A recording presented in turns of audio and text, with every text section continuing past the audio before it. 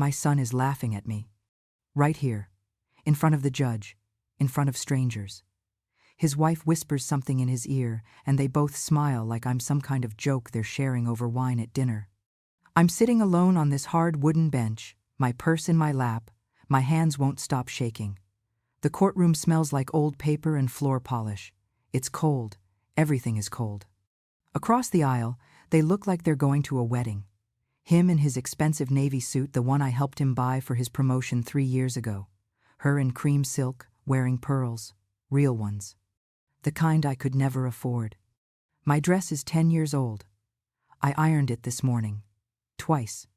Their lawyer, some shark in a gray suit who probably charges more per hour than I spend on groceries in a month, is standing up now, pacing like he's on television. Your Honor, as you can see from the medical evaluations, Mrs. Hayes is clearly experiencing significant cognitive decline. Cognitive decline. Like I'm already gone. Like I'm already dead. She forgets to pay bills. She left the stove on twice last month. Her own son has expressed deep concern for her safety. I want to scream. I want to stand up and tell everyone that I forgot to pay one bill because I was in the hospital with pneumonia. That the stove incident was because my smoke detector's battery died, and my son knew that I'd called him to help me fix it, and he never came. But my lawyer told me to stay quiet, stay calm, let them speak first. So I sit here, clutching the photo in my purse, the one of Thomas and me on our wedding day. We were so young, so stupid, so happy. Thomas died when our son was 7. I raised that boy alone. Worked double shifts at the diner, helped him with homework at midnight, drove him to baseball practice, to college orientation, to his first job interview. I was there for everything.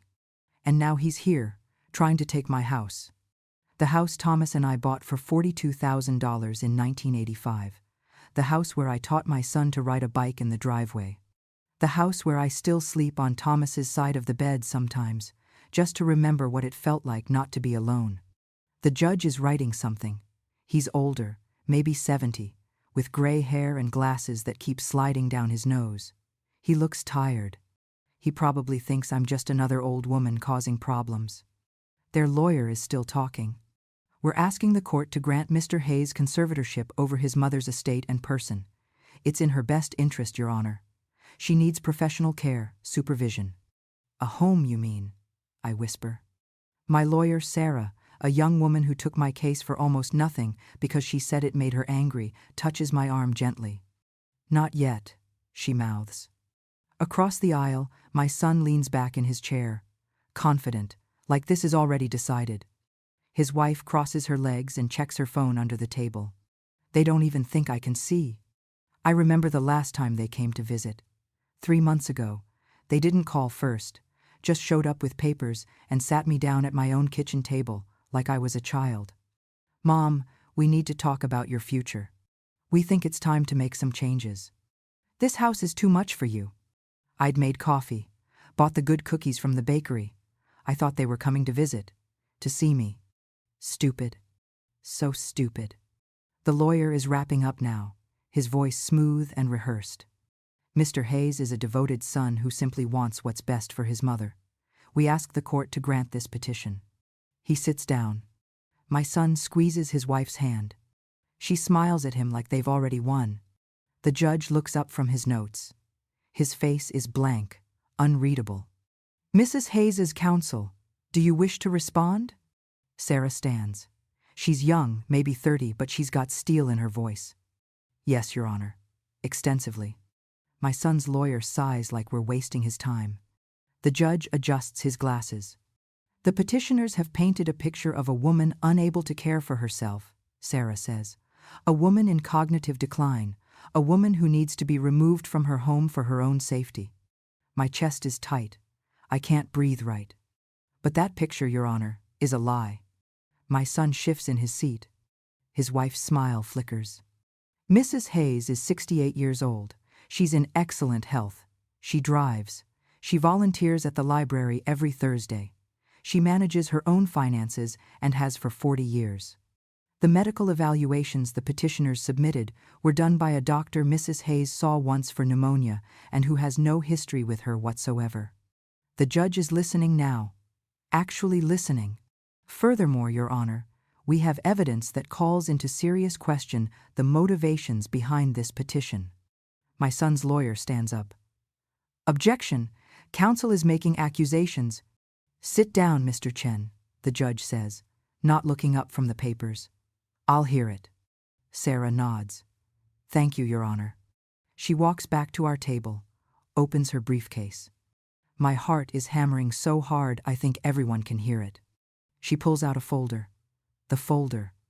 The one I brought her 2 weeks ago with shaking hands, barely able to believe what I'd found. My son sees it. His face goes white. His wife leans forward, squinting, trying to see. Your Honor, Sarah says, her voice clear and strong, Mrs. Hayes has brought documentation that paints a very different picture of this situation. The judge looks up. For the first time, he looks directly at me. I sit up straighter, try to look capable, strong, like I'm not breaking into 1,000 pieces inside. Mrs. Hayes, he says, and his voice is gentler than I expected. I see here you've brought some documentation of your own? My son's wife's smile dies. Just dies right there on her face. And I nod. Yes, Your Honor, I say, my voice barely above a whisper. I have. The folder lands on the table with a sound that fills the entire courtroom. Sarah opens it slowly, deliberately, like she's unwrapping a gift she's been waiting to give. My son is staring at it. I can see his throat move as he swallows. Your Honor, Sarah begins, pulling out the first document. Let's start with Mrs. Hayes' medical records. Current records. From her actual primary care physician of 20 years, Dr. Patterson. She holds up the paper so everyone can see. Perfect blood pressure, healthy weight.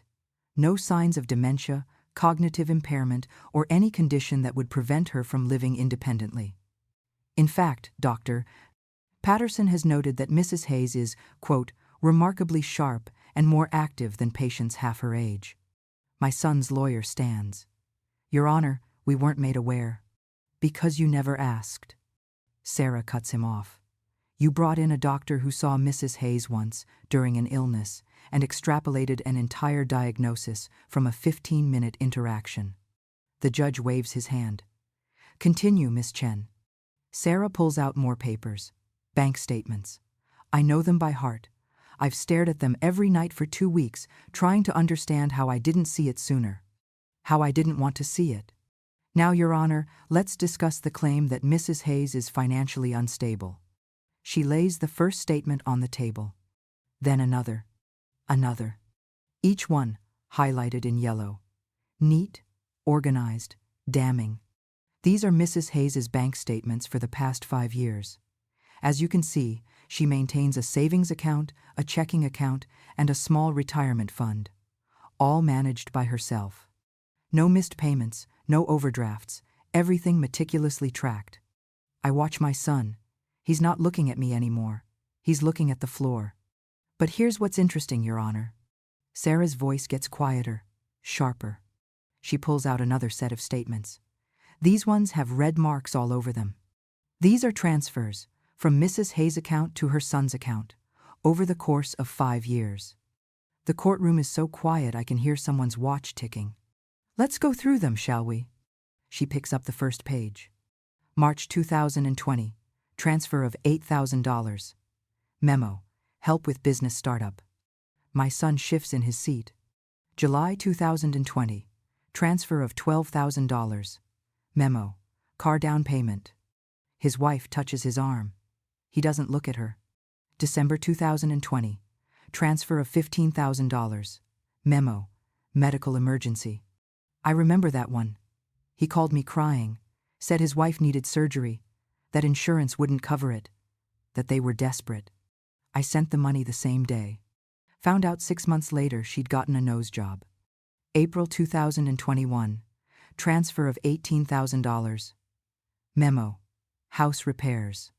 September 2021. Transfer of $22,000. Memo. Business loan. Sarah's voice is steady, clinical, but I can hear the anger underneath. Should I continue, Your Honor? Because there are 37 more transfers just like these. The judge is leaning forward now. His expression has changed completely. What's the total, Miss Chen? Sarah looks directly at my son. $127,000. Over 5 years. All documented, all transferred willingly by Mrs. Hayes to help her son. My son's lawyer stands up again. He's sweating now. I can see it on his forehead. Your Honor, these were loans. Gifts. Mrs. Hayes offered, Sarah interrupts, or was asked. Repeatedly? She pulls out another document. This one makes my stomach hurt. This is a promissory note, signed by the petitioner, promising to repay $45,000 of those transfers. It's dated 2 years ago. The repayment was supposed to begin in monthly installments of $1,000. She pauses. Mrs. Hayes has received exactly 0 payments. My son won't look up. He's hunched over now, his expensive suit suddenly looking like it's swallowing him. His wife is gripping his arm. I can see her red nails digging into the fabric. Your Honor, Sarah continues, the petitioners claim Mrs. Hayes is financially unstable, unable to manage her money. But the evidence shows she's been managing just fine. In fact, she's been managing well enough to support her son's lifestyle for half a decade. She lays down more papers, receipts this time. This is a receipt for a vacation rental in Cabo, paid for by Mrs. Hayes. Early Christmas gift for the kids, the memo says. She holds up another. This is a payment to a luxury car dealership. Mrs. Hayes co-signed the loan when her son's credit wasn't good enough. Another. This is a deposit on a vacation home in Florida, $30,000, from Mrs. Hayes's retirement fund. I remember that one too. He said it was an investment, that we'd all use it, that I could come stay whenever I wanted. I've never been invited once. Sarah gathers the papers, organizing them into neat piles in front of the judge. So let me be clear, Your Honor. Mrs. Hayes isn't financially unstable. She's financially generous. To a fault. She's been supporting her son and daughter-in-law while they build their lives, and now that her accounts are running lower, now that she's asked them to slow down, suddenly she's incompetent? The judge removes his glasses, cleans them slowly. The silence stretches out like a rubber band about to snap. And one more thing, Your Honor. Sarah pulls out the last document, the one I almost didn't include because I thought it made me look pathetic. This is a text message exchange between Mrs. Hayes and her son, from 6 weeks ago. She reads it aloud. Mrs. Hayes, honey, I'm a little short this month. Can we wait on the loan you asked for? Her son's response, Mom, you're being selfish. We need this. You have the house. You can refinance. My throat closes up. Mrs. Hayes, the house is all I have left of your father. Please understand. Her son's response, then I guess we know where your priorities are. Sarah's voice cracks just a little on that last line. The judge is staring at my son now, really staring. My son finally looks up. His face is red, blotchy. Your Honor, those texts are out of context. Are they? The judge asks. His voice is cold, flat. He picks up the bank statements, flips through them slowly. The courtroom is holding its breath. Finally, he looks up. He looks directly at my son. Mr. Hayes, he says, and every word is like a hammer. You claimed your mother is financially unstable. My son opens his mouth, closes it. Would you like to explain these transfers totaling $127,000? His wife's nails dig deeper into his arm. He looks at her, then at his lawyer, then, finally, at me. And for just a second, I see my little boy, the one who used to climb into my bed during thunderstorms, the one who made me cards on Mother's Day with crayon drawings of us holding hands. Then his wife whispers something sharp in his ear, and he's gone. Your Honor, he starts, his voice shaking. I can explain. My son is falling apart in front of everyone, and I don't know whether to feel vindicated or sick. I can explain, he says again, but his voice is thin now, desperate. The judge leans back in his chair, waiting. My mother, she offered the money. She wanted to help. She was happy to... Happy? The word comes out of my mouth before I can stop it. Everyone turns to look at me. Sarah touches my arm gently. But I can't stop now. I was happy to help you when I thought you loved me. My son flinches like I've slapped him. Mom, don't what? My voice is shaking. Don't tell the truth? Don't embarrass you? You didn't seem to mind embarrassing me when you told that doctor I couldn't remember my own name. His wife leans forward. Your Honor, she's being emotional. She has every right to be emotional, the judge says sharply. Be quiet, Mrs. Hayes. He means her, not me. It feels good, better than it should. Sarah stands up again. She's holding another folder now. This one is thinner. I brought it to her office 3 days ago and cried for an hour after. Your Honor, there's more. My son's lawyer stands. How much more could there possibly? Sit down, Mr. Chen, the judge says. He sounds tired, disgusted. Sarah opens the folder.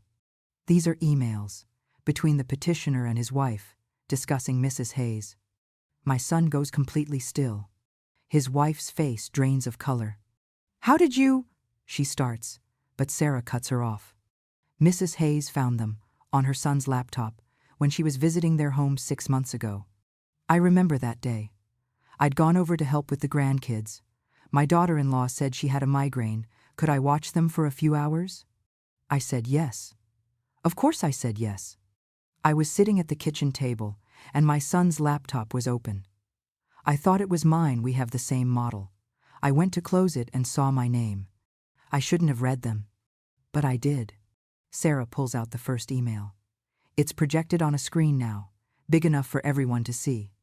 The date is from 8 months ago. From my son's email to his wife's email. Subject: Mom situation. We need to start managing her decline. The house is worth at least $400K now. If we wait too long, she might do something stupid like reverse mortgage it or give it to charity. My chest hurts. From his wife's email to my son's email. Mom situation.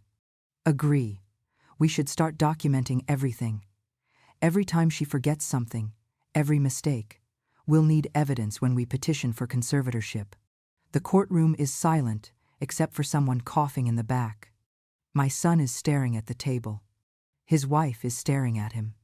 Sarah scrolls to the next email. From his wife's email to my son's email. Subject: Timeline. I've been researching. We can file for conservatorship if we can prove she's a danger to herself. The stove thing last month was perfect. We need more incidents like that.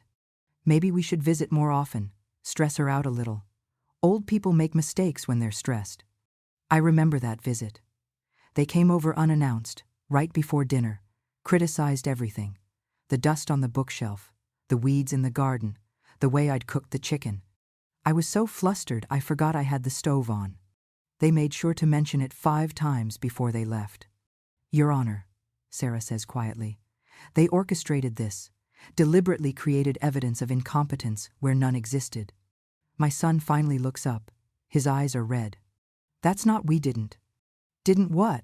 Sarah asks. Didn't write these emails? They're from your account.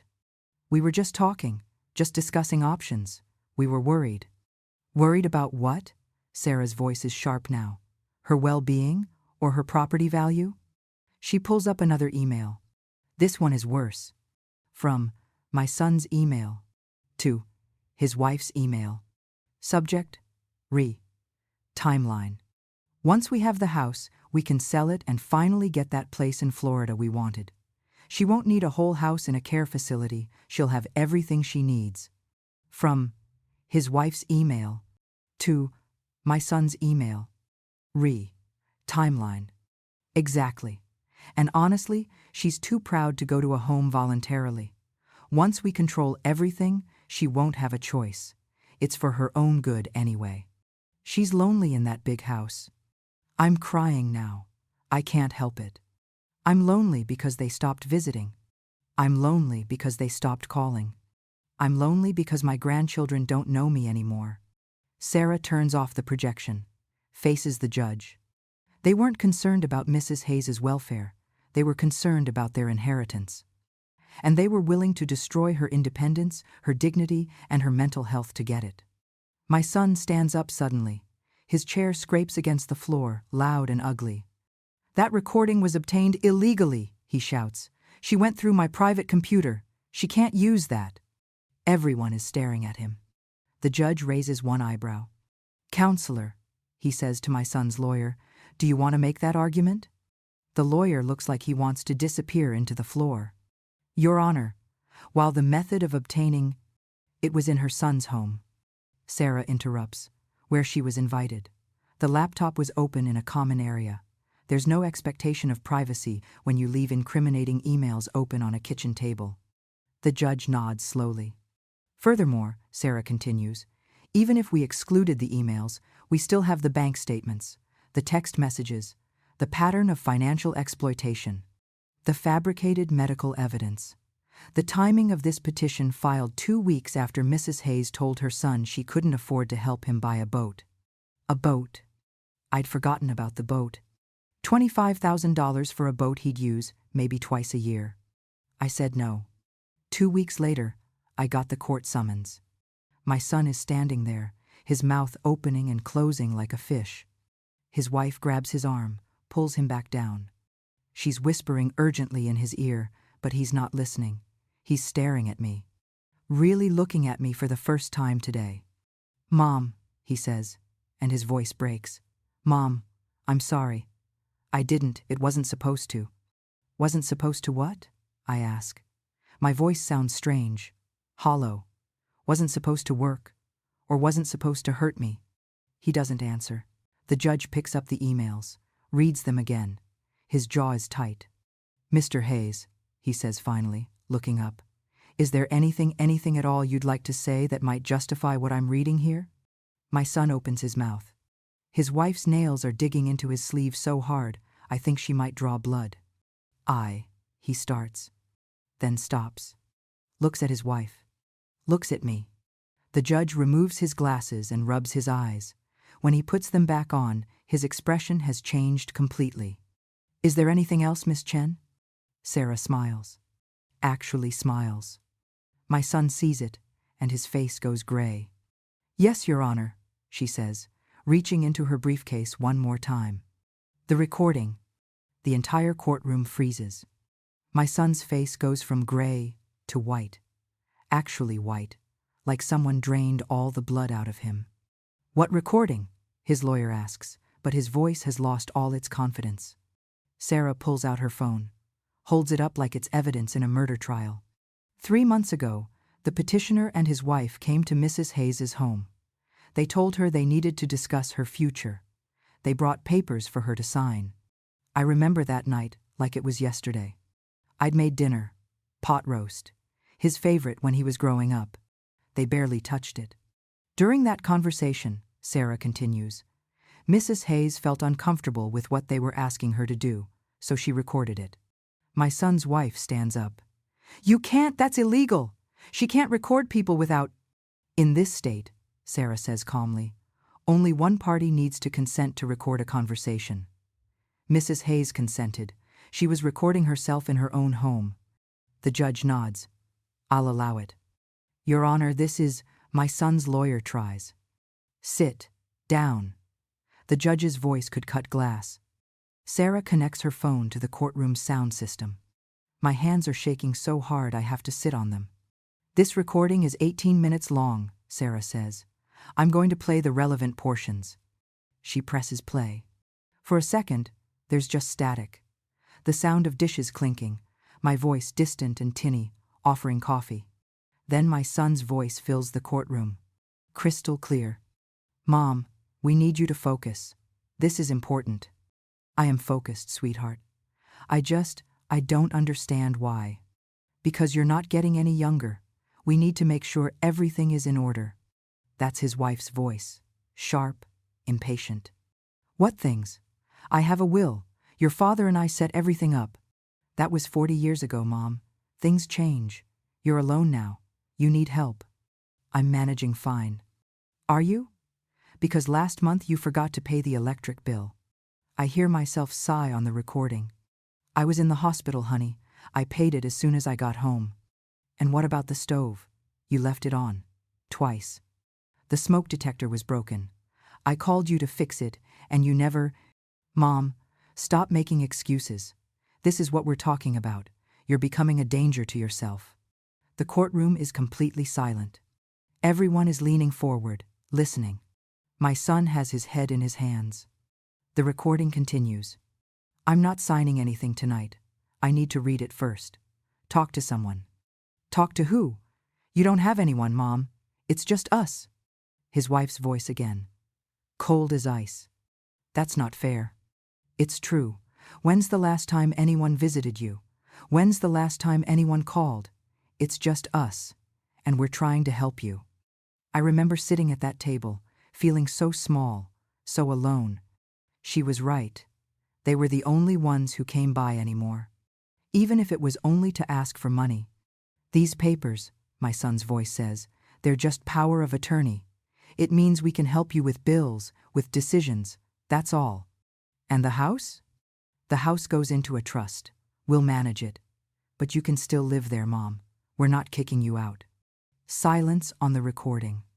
I was reading the papers, trying to understand the legal language. Then his wife's voice, quieter now. She must have thought I couldn't hear her. But the phone was right there on the table, tucked under a newspaper. Once we have the house, we can sell it and finally get that place in Florida. Someone in the courtroom gasps. My son's head snaps up. That's out of context. Quiet, the judge says. His wife's voice continues on the recording. I've already been looking at properties. There's a condo in Naples, right on the water. With what her house is worth, we could pay cash. Jess, not now. She's reading the papers. She's not listening. God, I can't wait to get out of here. This house is so depressing. Just let her finish reading. More silence, the sound of pages turning. Then my voice, shaky and uncertain. This says you'd have full control of my accounts, my medical decisions, everything. That's how power of attorney works, Mom. But what if I don't agree with something you decide? Then we'd talk about it. Obviously. His wife laughs. Actually laughs on the recording. Honey, the point is that if she can't make good decisions, we make them for her. I can make my own decisions. Can you? Because from where I'm sitting, you've made nothing but bad decisions. You're living alone in a house that's falling apart. You have no friends, no life. You're wasting away here. That's enough, Jess. It's true and you know it. She's too proud to admit she needs help, too stubborn to go to a home voluntarily. A home? My voice on the recording is small, terrified. You want to put me in a home? We want to make sure you're taken care of. In a home? If necessary, yes. Once we control everything, we can make sure you're somewhere safe, somewhere with people who can watch you 24/7. But you said I could stay in the house. Mom, we're just covering all the bases, planning ahead. His wife's voice cuts in, louder now, annoyed. You're not going to live forever. The sooner we get this sorted, the better for everyone. Just sign the papers. I need time to think. You've had time. We've been patient. We've been trying to help you for months, and you keep fighting us on everything. It's exhausting. I'm sorry, Stop apologizing and sign the damn papers. The recording goes quiet except for the sound of me crying. Soft, trying to hide it. I remember that moment, sitting at my own kitchen table, feeling like a burden, like I was the problem. Then my son's voice, gentler now. Mom, we love you. We're doing this because we care, but you have to trust us. We know what's best. Long pause. I'm not signing tonight. I'm sorry. Mom. I said no. Please. I need to think. Chair legs scraping, footsteps. His wife's voice, sharp and vicious. Fine. But don't come crying to us when you fall and break your hip and no one finds you for 3 days. Don't call us when you can't pay your bills or remember your own address. We tried to help you. Remember that. The door slams. The recording goes silent. Sarah turns it off. No one moves. No one speaks. My son is crying now. Actually crying, his shoulders shaking. His wife is staring straight ahead, her face like stone. The judge is looking at them both like there's something he found on the bottom of his shoe. "Mr. Hayes," he says quietly, dangerously. "That recording was obtained illegally. You can't use that." My son's standing again, shouting now, desperate. "She recorded us without permission. In her own home? That's entrapment." "Sit down," the judge says. "Your Honor, please." I said sit down. My son drops into his chair like someone cut his strings. The judge leans forward, his hands folded on the bench. "Mr. Hayes, that recording was made in your mother's home, during a conversation where you were trying to coerce her into signing over her life. There is nothing illegal about it." But nothing. The judge's voice is cold, final. What I just heard was elder abuse, financial exploitation, psychological manipulation. He looks at my son's wife. "And you, Mrs. Hayes, don't come crying to us when you fall and break your hip. Do you stand by that statement?" She opens her mouth, closes it, says nothing. The judge picks up his gavel, puts it down again, looks directly at my son. "You claimed your mother is incompetent, unable to make her own decisions, a danger to herself." My son won't meet his eyes.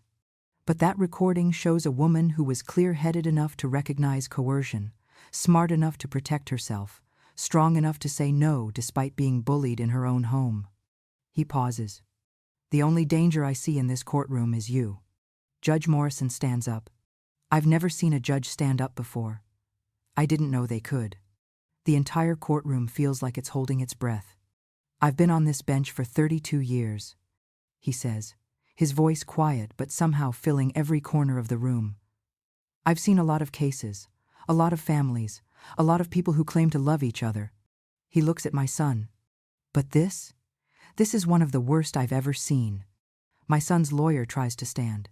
"Your Honor, if we could just—" "You can sit down and be quiet, Mr. Chen, or you can leave. Your choice." The lawyer sits. Judge Morrison picks up the stack of papers Sarah gave him. The bank statements, the emails, the transcript of the recording. "Let me make sure I understand the facts here," he says, flipping through pages. "Mrs. Hayes is 68 years old, in excellent health according to her actual doctor. Manages her own finances, volunteers regularly, drives, cooks, lives independently." He looks up. "The only evidence of incompetence comes from a doctor who saw her once during an illness, and from her son's testimony that has now been thoroughly discredited." My son is staring at the table. His wife is gripping her purse like it's the only thing keeping her in her seat. "In fact," the judge continues, "the evidence shows that Mrs. Hayes has been more than competent. She's been supporting her son financially for 5 years, to the tune of $127,000.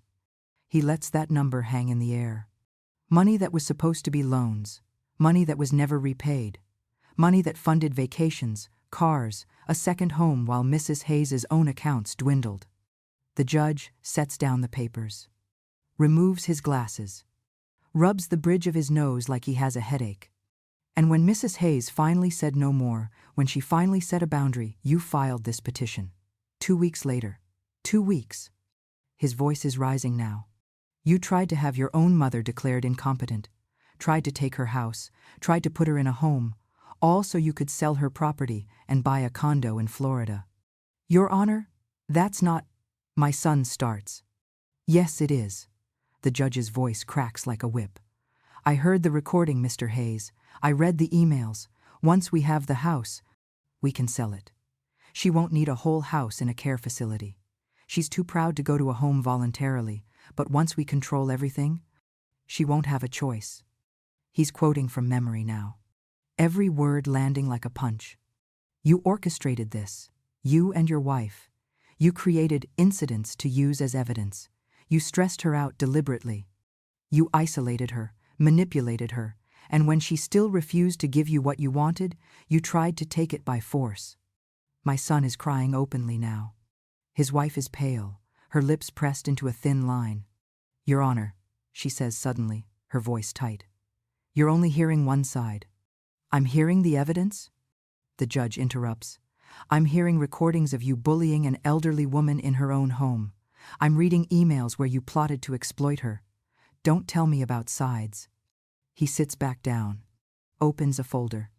The courtroom is so quiet, I can hear my own heartbeat. Mr. Chen, the judge says to my son's lawyer, does your client have anything at all that justifies this petition?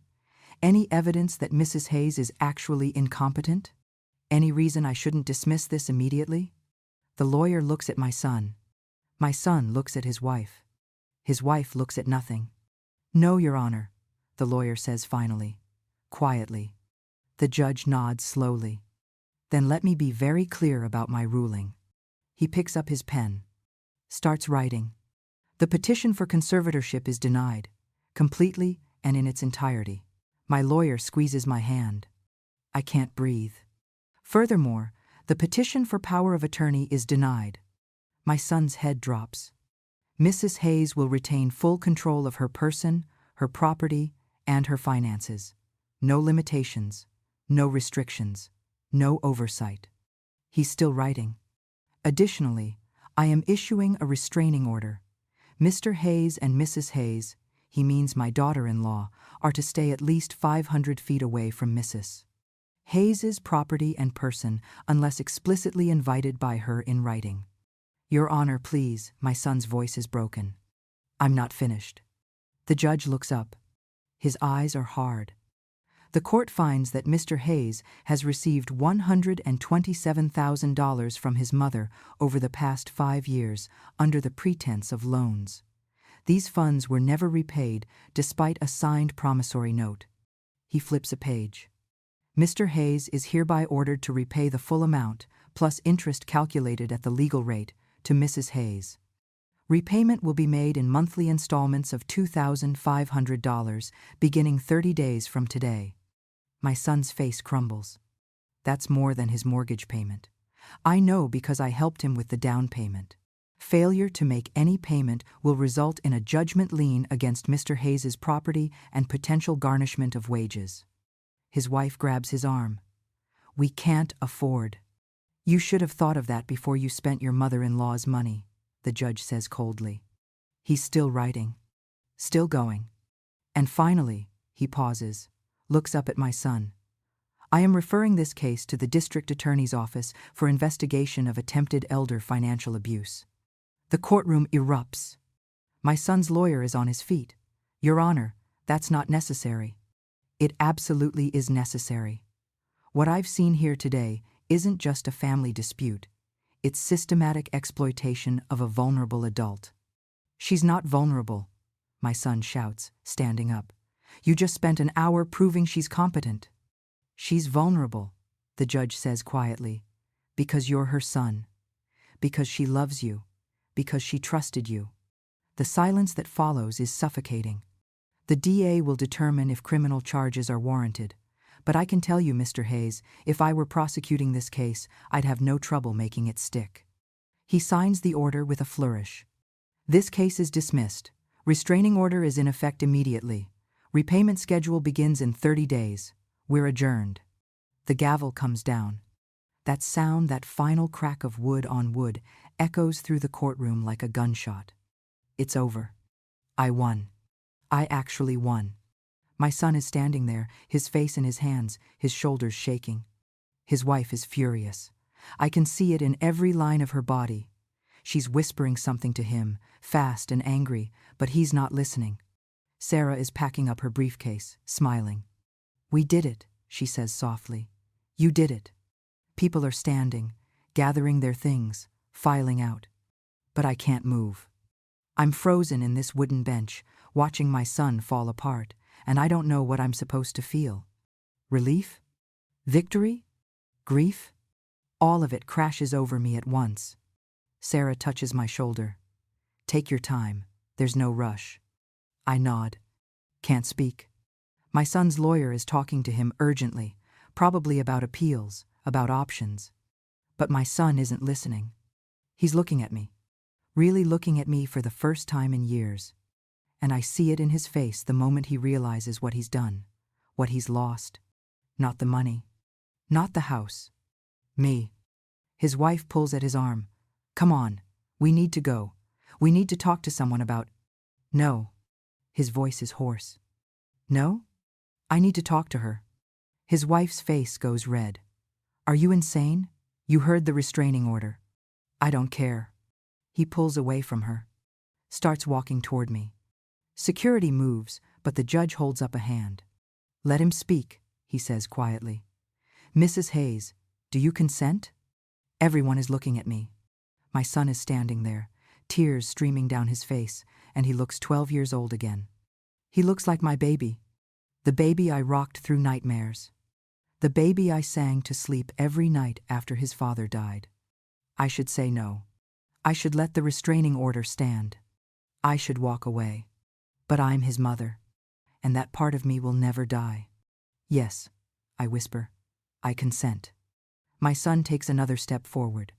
His wife grabs his arm hard. Don't you dare. He shakes her off. Keeps walking. Stops 3 feet away from me. Mom, he says, and his voice breaks completely. Mom, please. I'm so sorry. I didn't. It wasn't supposed to. Wasn't supposed to what? I ask. My voice sounds strange, distant. Wasn't supposed to work? Or wasn't supposed to hurt me?